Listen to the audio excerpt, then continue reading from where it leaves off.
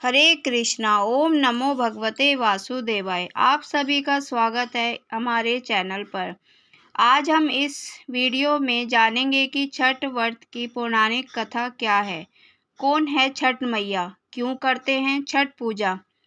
चलिए शुरू करते हैं वीडियो। कार्तिक शुक्ल पक्ष की छठी को छठ का त्यौहार मनाए जाने का विधान है। यह 4 दिवसीय पर्व मुख्य रूप से बिहार में मनाया जाता है।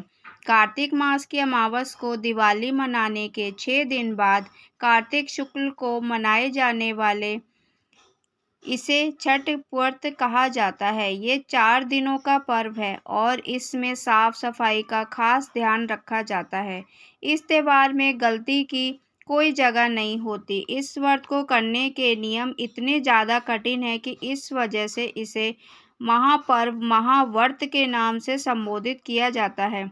कौन है छठी मैया? मान्यता है कि छठ देवी सूर्य देव की बहन है और उन्हीं को प्रसन्न करने के लिए जीवन के महत्वपूर्ण अवयव में सूर्य व जल की महत्ता को मानते हुए इन्हें साक्षी मानकर भगवान सूर्य की आराधना तथा उनका धन्यवाद करते हुए माँ गंगा, यमुना या किसी भी पवित्र नदी व तालाब के किनारे यह पूजा की जाती है। छठी माँ यानी छठ माता बच्चों की रक्षा करने वाली देवी है। इस व्रत को करने से संतान को लंबी आयु का वरदान मिलता है। मार्कंडेय पुराण में इस बात का उल्लेख मिलता है कि सृष्टि की अधिष्ठात्री प्रकृति देवी ने अपने आप को 6 भागों में विभाजित किया है। इनके छठे अंश को सर्वश्रेष्ठ मातृ देवी के रूप में माना जाता है, जो ब्रह्मा की मानस पुत्री है। वो बच्चों की रक्षा करने वाली देवी है। कार्तिक मास के शुक्ल पक्ष की छठी को इन्हीं देवी की पूजा की जाती है। शिशु के जन्म के 6 दिनों बाद इन्हीं देवी की पूजा की जाती है। इनकी प्रार्थना से बच्चों को स्वस्थ, सफलता और दीर्घायु होने का आशीर्वाद मिलता है। पुराणों में इन्हीं देवी का नाम बताया गया है, जिनकी नवरात्रि की छठी तिथि को पूजा की जाती है। छठ पर्व का तीसरा दिन सबसे खास होता है, क्योंकि इस दिन महिलाएं 36 घंटों का निर्जला व्रत शुरू करती हैं। संध्या में डूबते सूर्य को अर्घ दिया जाता है, तो अगले दिन उगते सूरज की पूजा होती है। छठ पर्व मुख्य रूप से बिहार, झारखंड, पूर्वी उत्तर प्रदेश में मनाया जाता है। इस त्यौहार में भगवान सूर्य, छठी मैया की पूजा होती है। छठ व्रत पूरा करने से पहले इसकी कथा पढ़ना या सुनना बेहद शुभ माना जाता है। आइए सुनते हैं छठ व्रत की पौराणिक कथा।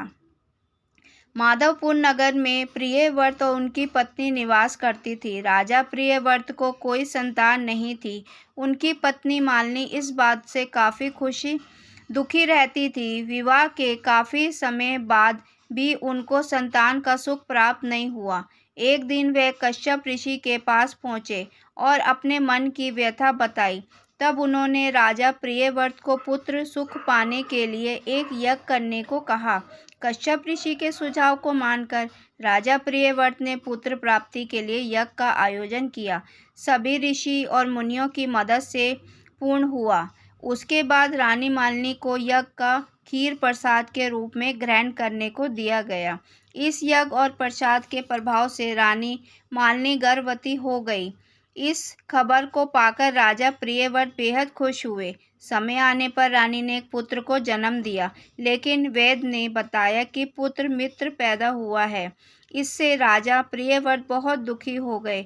वह उस पुत्र के शव को लेकर शमशान गए और पुत्र के वियोग में स्वयं के प्राण देने का फैसला कर लिया।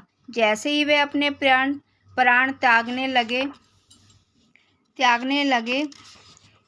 त्यागने के लिए आगे बढ़े, वैसे ही देवसेना प्रकट हुई। उन्होंने राजा प्रियव्रत को प्राण त्यागने से रोका और कहा कि उनका नाम षष्ठी है। तुम देवी छठी की पूजा करो और अपनी प्रजा को भी इसके लिए प्रेरित करो। देवी छठी की आज्ञा से राजा प्रियव्रत राजमहल में आ गए और फिर उन्होंने पुत्र प्राप्ति के उद्देश्य से कार्तिक शुक्ल छठी तिथि को छठ पूजा की और व्रत रखा। छठी मैया की कृपा से उनको पुत्र रत्न की प्राप्ति हुई। उसके बाद से हर साल राजा प्रियव्रत के राज्य में छठ पूजा होने लगी। इस पर्व से जुड़ी एक और कथा प्रचलित है, जिसके अनुसार महाभारत काल में जब जुए में पांडव अपना सारा राजपाट हार गए थे, तब द्रौपदी ने छठ व्रत रखा था। द्रौपदी के व्रत से प्रसन्न होकर छठी देवी ने पांडवों को उनका राजपाट वापस दिला दिया था।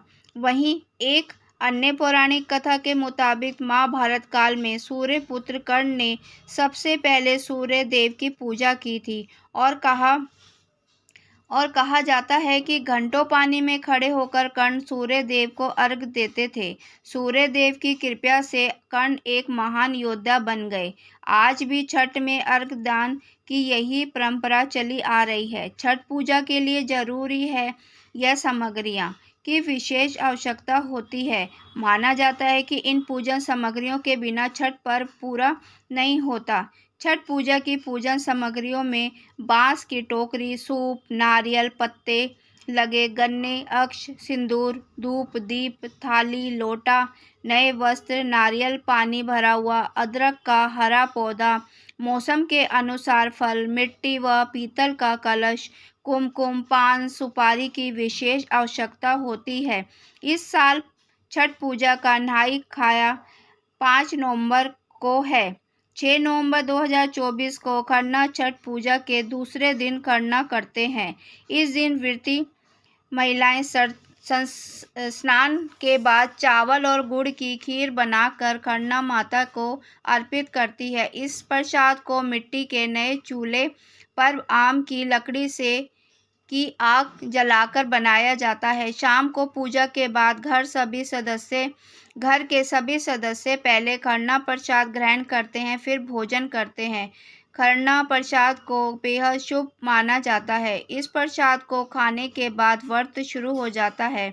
इस दिन नमक नहीं खाया जाता। इस साल छठ पर्व को खरना 6 नवंबर को 7 नवंबर 2024 को डूबते सूरज को अर्घ्य दिया जाएगा। छठ पूजा का तीसरा दिन बहुत खास होता है। 8 नवंबर 2024 को उगते सूर्य को अर्घ्य दिया जाता है। चौथे दिन उगते सूरज को अर्घ्य देते हैं। इसके बाद ही 36 घंटे का व्रत समाप्त होता है। अर्घ्य देने के बाद व्रती प्रसाद का सेवन करके व्रत का पारण करती है। जय हो छठी मैया की। आपको हमारी वीडियो अच्छी लगी हो तो हमारे चैनल को लाइक करें, सब्सक्राइब करें। धन्यवाद। जय छठी मैया की। राधे राधे जी।